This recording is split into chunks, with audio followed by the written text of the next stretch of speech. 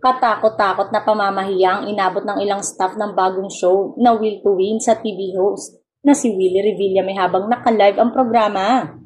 Sa mga clip na nakuha mula sa live telecast ng kanyang programa, todo talak si Willie sa mga staff sa hindi maayos na pag-execute ng programa. Isa sa mga natalaka ni Willie ang floor director ng show matapos itong dumaan sa harap ng kamera. Naiintindihan niyo ba ako kung bakit ako nagagalit?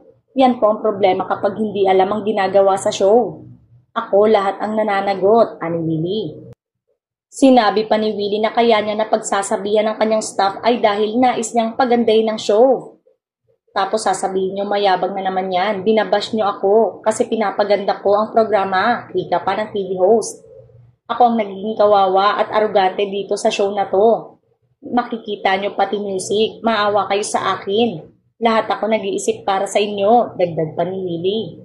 Hindi naman nagustuhan ng mga netizen ang ginawang pamamahiya ng TV host dahil naka-live ang programa nila. Sinabi ng ilan na pwede naman sana niyang itong pagsabihan ng hindi live dahil nakakahiya raw ito.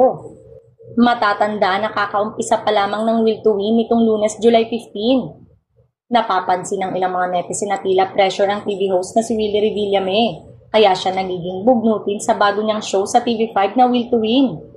Say tuloy ng mga netizen, baka dahil hindi nag-boom ang rating ni Willie, kaya mainit lagi ang ulo nito. Sinabihan din si Willie na magpahinga na lamang ito kaysa hindi magandang ipinapakita nito sa TV.